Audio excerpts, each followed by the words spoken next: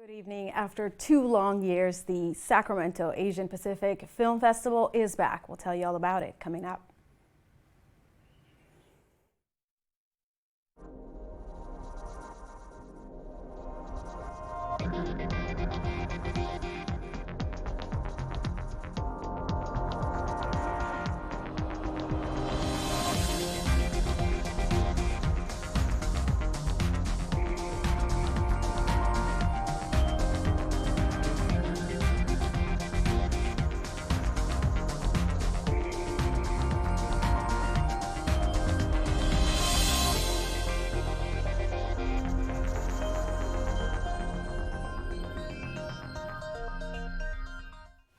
Good evening and thank you for joining us. I'm Wendy Gillette. Welcome to another episode of LiveWire.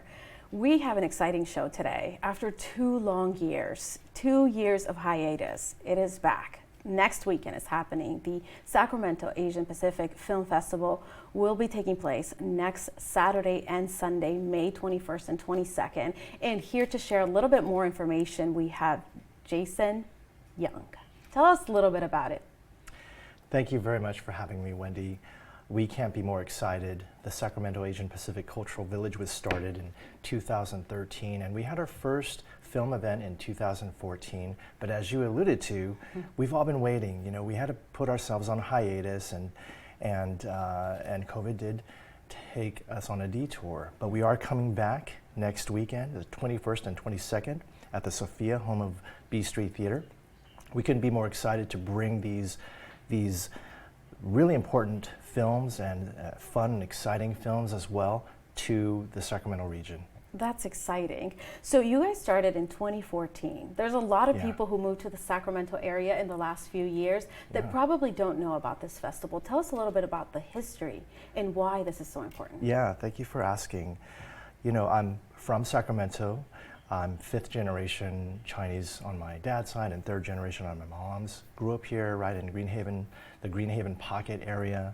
And I was away for maybe 15, 18 years or so, mostly in the Bay Area. And what I gained in the Bay Area is just an appreciation for Asian American history and culture and heritage, and the importance of providing spaces for us to come together and celebrate the depth and the diversity of Asian Americans and Pacific Islanders here in America. And I really missed that when I came back to Sacramento about 12 years ago or so. And so I met with some old friends, met a lot of new friends. We hosted some planning sessions, and we were trying to figure out what's a good approach. How can we recapture, how can we create a proof of concept kind of idea? And the idea that stuck was a film festival. That's wonderful. It's beautiful. And how do you feel about the times that you've been able to host this, and of course the last 2 years that we didn't have it? Yeah, you know, one of the main drivers for our team is just the sheer amount of support and outpouring of love and requests from the community to come back. When is the festival coming back? Are you coming back? You know, we miss it, and it was these events provide an opportunity for folks to come together in a safe space, to feel a sense of belonging. Those are all important elements, especially for the Asian American and Pacific Islander community.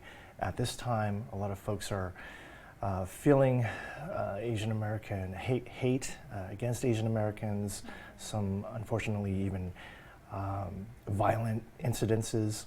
And so the film festival, and like many other events around the region in celebration of May, which is National Asian American, Native Hawaiian, and Pacific Islander Heritage Month, all of these events help create a sense of community, which is at the core of what we're really trying to do.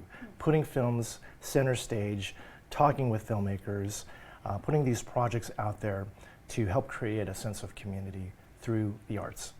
I can tell that you're very passionate about this. What is the most important part of this festival for you?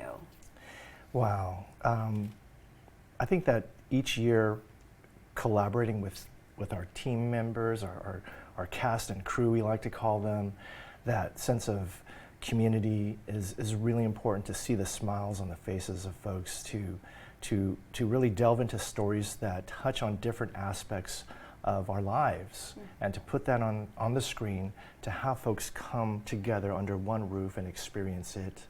Those community responses, that's really what drives our team to do this year in and year out. That's exciting. Yeah. I bet it's a huge team of people coming together. What is it like to see the final product when everybody comes together enjoying those films, and they're walking out of the theater, they recognize somebody, they say, that person looked like me, or I saw a hero on the big screen? Yeah, it's really touching. A lot of folks do come from out of town. We are having some special guests fly up from Southern California. A lot of folks we know are coming from the Bay Area because of some of the film content and the connections to Sacramento, which we can talk about later. But to have that broader sense of community, there's, you hit it on that. There's nothing really like that. That's why we're doing this, is for the community, and to see those smiling faces. That's the end goal every year. That's pretty amazing. For people who don't know where to get more information, where can they find more information? You have Instagram, Facebook, social media. How do we connect? Absolutely. Social media is the main vehicle. You can find us on Facebook. Look for Sacramento Asian Pacific Film Festival. Then we're on Instagram at Asian Pacific Film Fest, and Twitter at SAPFF. And then we also have a mailing list, and you can go to our website for all of the information at sapff.org, sapff.org. That's amazing. What are some of the takeaways? What are some of the things that you hope people will take away from this festival? Well, every year is a little different. When we started, we weren't sure what the mix of films, from documentaries to narratives, shorts and features, but we learned a lot each year. We learn a lot each year, and in those first few years, we learned that the Sacramento audience was actually ready for some of the harder hitting documentaries. So we shifted our focus just a little bit to put some of these really important films on the screen. We showed Who Killed Vincent Chin, a documentary that shared a seminal moment in Asian American history around the killing and the murder of Vincent Chin, which was one part of galvanizing an Asian American political consciousness at the time. And so with films like that, we learned that the Sacramento appetite was actually going to be pretty good for some really, deep and serious films. And so we have shifted to show some documentaries, and our themes this year speak to that a little bit.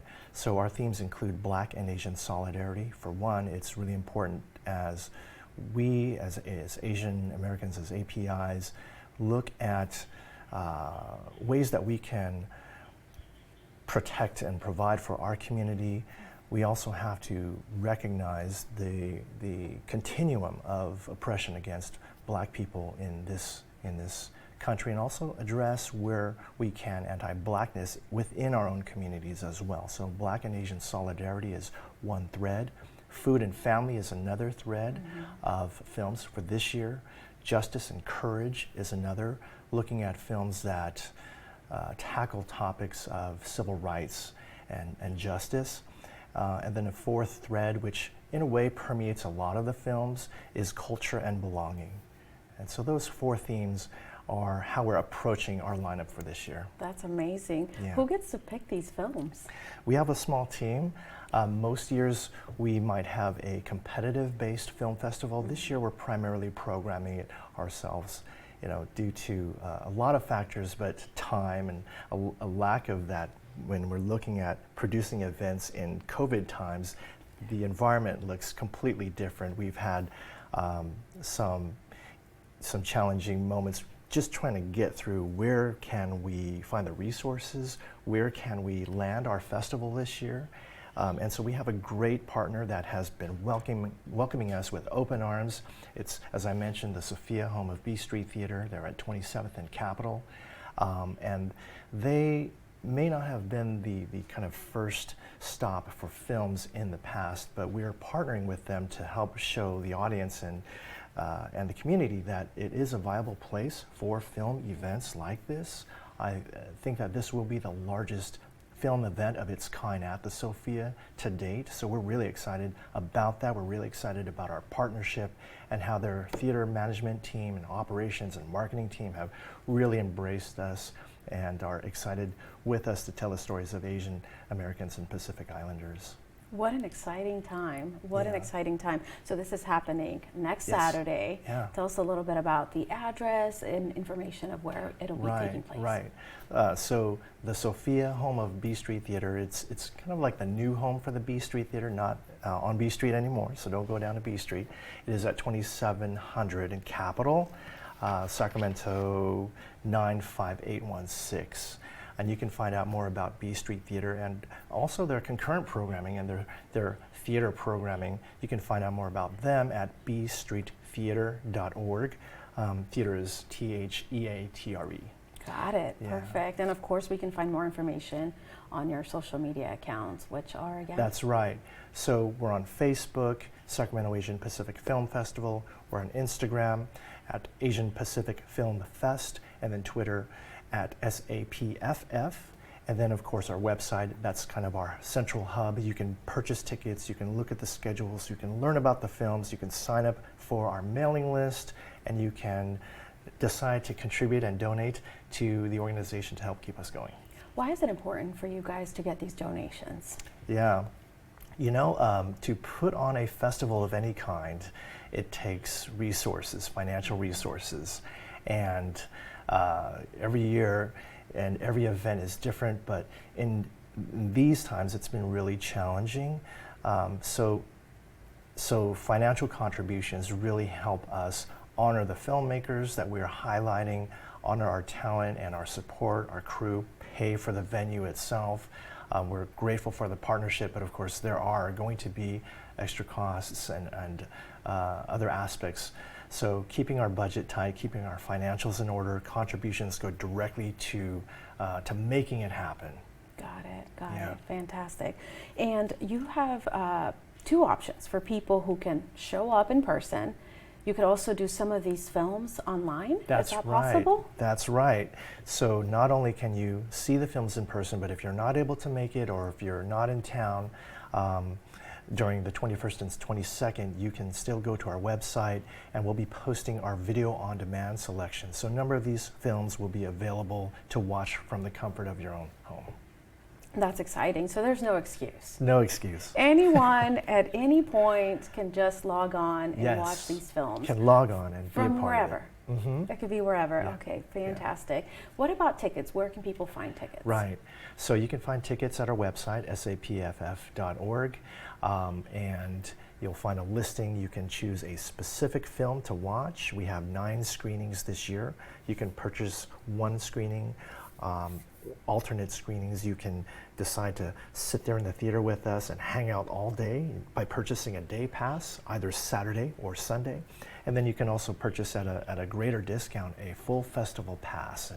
And that's kind of the funnest. You'll be able to have, you know, in and out privileges and come and go as you please. But you can find all of that on our website at sapff.org.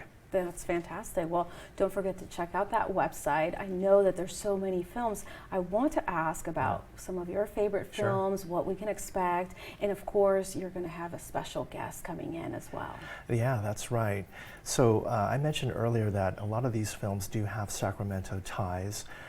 We are going to start off the festival by showing a blockbuster hit that most folks have heard of, Minari, which is the story of a Korean-American family in Arkansas and their trials and tribulations. Amazingly successful, especially for the lead actress and winning numerous awards, Golden Globe, of course, several Academy Awards. So that's going to be our first film on Saturday to open up the festival. Oh, that sounds so exciting. And we're going to talk about more of that coming up after the break.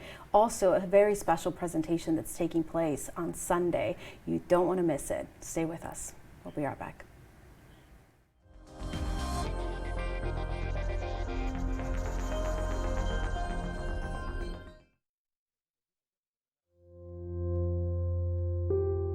Every year, tens of thousands of young people experience homelessness.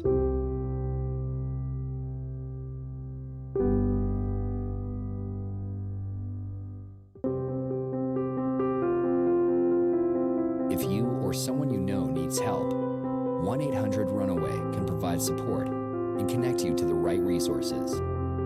Together, we can end youth homelessness.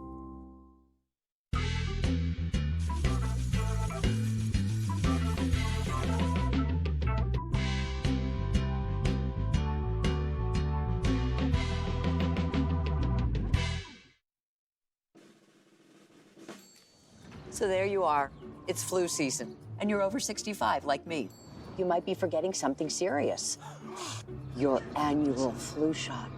The flu can be life-threatening, especially if you have chronic conditions like diabetes and heart disease, which can worsen with the flu. The immune system weakens with age. Ask about a flu vaccine option made specifically for us. Visit ncoa.org/flu to learn more and talk to your doctor about vaccine options for people 65 and older.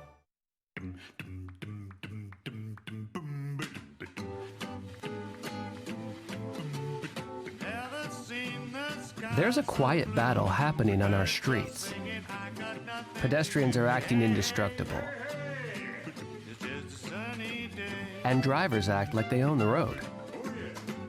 They're both wrong. Be aware, be alert. Pedestrians don't have armor. A message from the California Office of Traffic Safety.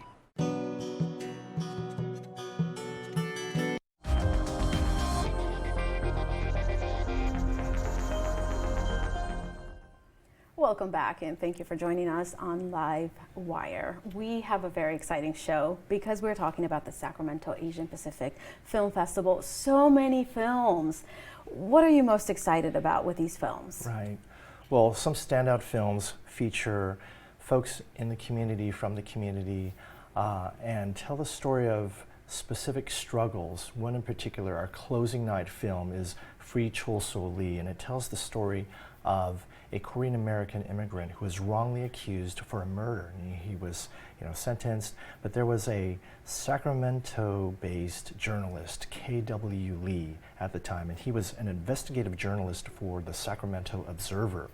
And he took it upon himself to tackle this case, and in the end, he actually helped gain Chul So Lee's freedom.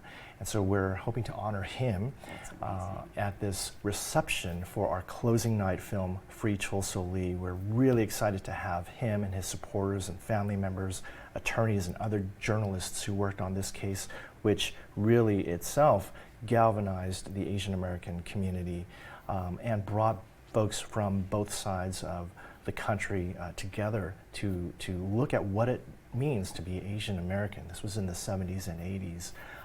Another really significant Sacramento tie is a film called Ricochet, and it's directed by a friend of the festival, Jeff Adachi. He passed in 2019. He was the chief public defender for the city and county of San Francisco, but he's from Sacramento, has a lot of Sacramento family ties. It was a film that was completed by his co-director and editor, Chihiro Wimbush, and we're going to be featuring that film also on Saturday night. What an exciting time. What an exciting time. Definitely looking forward to that special presentation on Sunday.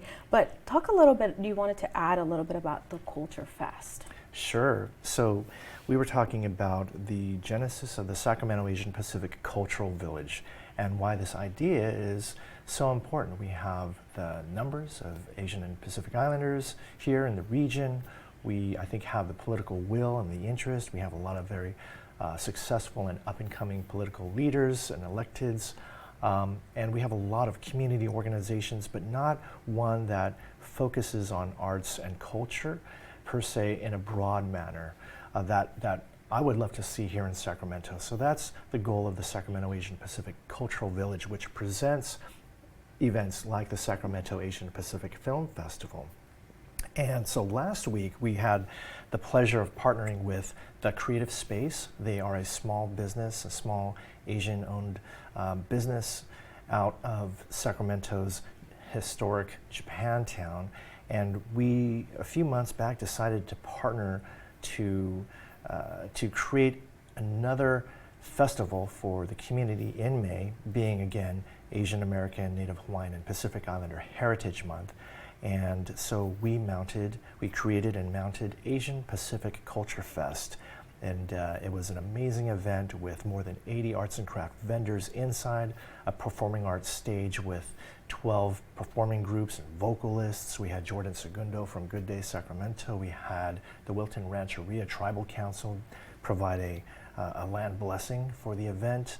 We had an art pop-up with numerous local Asian American and Pacific Islander visual artists. We had a beer garden, and it was just a fabulous community event. We thought we were maybe going to see an increase from their previous events, maybe 2,500 folks, but as it turns out, we saw more than 4,000 folks coming out and really just soaking up the sun. It was a great day, but speaking to what we were talking about earlier, this desire to find community, to participate in moments of belonging and celebration, uplifting the Asian American and Pacific Islander community, and we were so grateful for the turnout, and I personally am grateful to work with Remy and Jennifer Tokunaga, the founders of the Creative Space, on Asian Pacific Culture Fest. We can't wait to bring it back next year. It's amazing. It sounds like you guys are doing a lot of wonderful things for our community to share some of this culture. You're so excited about it. You're so passionate about it. So for people who are just tuning in, tell them again where they can find tickets, where they can find more information about your organization and about the festival that's coming up as well. So tickets are live. You can buy tickets at sapff.org. Go right now. Go right now. You can follow us on Facebook, Sacramento Asian Pacific Film Festival. We're on Instagram at Asian Pacific Film Fest, and we're on Twitter at SAPFF. You can go onto our website and sign up for not only find tickets, but you can sign up to receive email updates and contribute if you like to help us further our mission. Yeah, of course. And then there's discounts as well for tickets. Yes, that's right. So you can buy single tickets. We have 9 screenings across the 2 days, but you can also buy a full day pass at a discount for either day and a full festival pass covering access for all films both and for days. Students? Yeah, so student tickets are $10 to $15. Actually, students and seniors are at a discounted rate, $10 to $15. And then general admission tickets are $15 to $25. Oh, that's wonderful. And the other part that I really liked is you mentioned that you could do online or you can do in person. Yes, if it just didn't want to get out of bed, you could just do it from your home, right? Yeah, a number of our films will also be available as video on demand. So check it out, sapff.org. Yeah, that's wonderful. What else can you tell us about this festival, and why should people attend? What is the most important thing that they can take away from this festival, from these films? Yeah, this year is another exciting year where we are really digging in and committing ourselves to social justice, and we have a strong thread of Black and Asian solidarity. That's, I think, one of the more significant threads this year.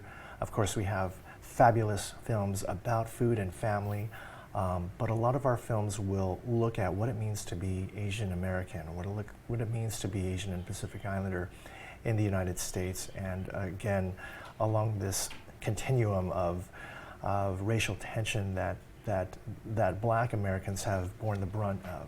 So as we are in this moment trying to ourselves address anti-Asian hate and violence, xenophobia, especially directed at us from the prior administration, right? We want to make sure that we're also acknowledging this history and the successes and challenges of the African American community, the partnerships, the moments of solidarity between them, our heroes like Yuri Kochiyama and Malcolm X, or the work of Filipino farm workers to establish the Farm Workers Union.